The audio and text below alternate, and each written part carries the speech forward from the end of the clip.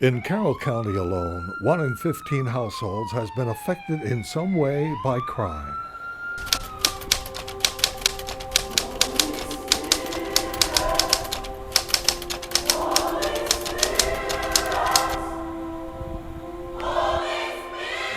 What if that first moment in prison is also the first moment that person has taken to reflect on life?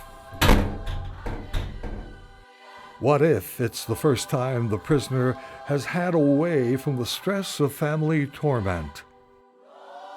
Away from flawed friends the prisoner just couldn't shake, and away from the refuge of drug abuse. Now, what if a regimented life spent behind bars made that prisoner finally take a look inward, take stock of the future, and take the opportunity to make a change for the better? Taking the opportunity for change is a big step, one that often relies on help from others. Who does that person find for support at that time? Not the warden. He has a jail to run. Carroll County Detention Center. They've got order to keep. Not the cellmate. He's trying to survive, just like everyone else. Can he rely on those he left on the outside, his family? They have to go on with life and the daily requirements of taking care of themselves. His friends? Many of those have already abandoned him. Getting attention and help sounds bleak, doesn't it? It's not, thanks to the Good News Jail and Prison Ministries.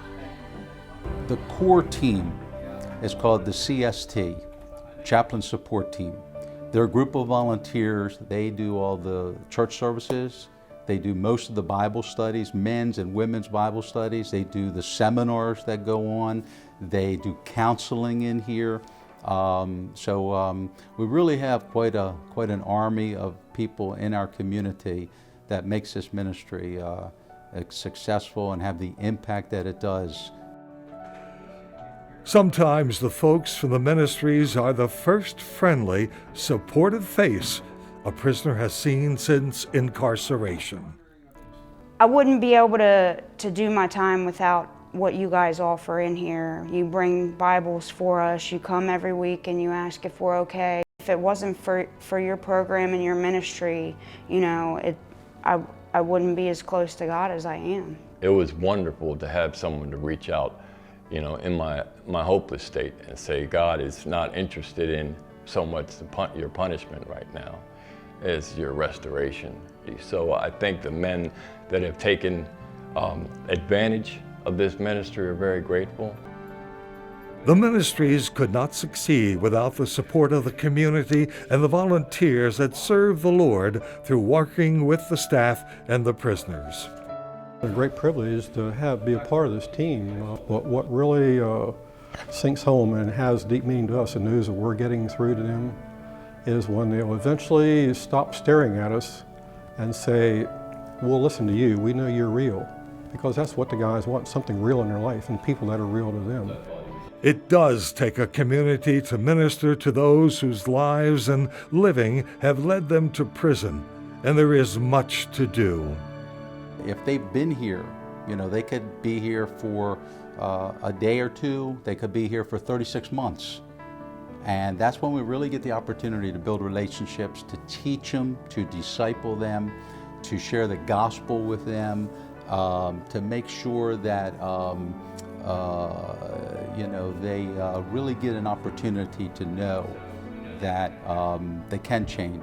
When the time comes for them to be released, we will partner them with a mentor outside out in our community and work with them to make that re-entry process a lot smoother.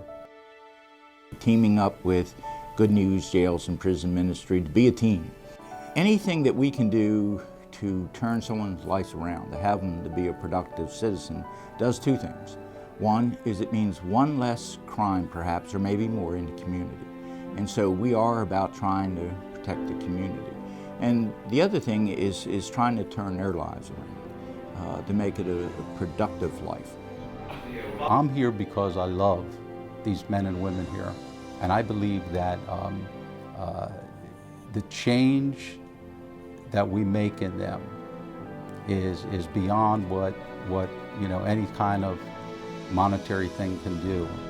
Tomorrow is always a new page, blank, ready to tell the story of each of our lives as we move forward. The Jail and Prison Ministries is helping inmates write the story of a prisoner reformed.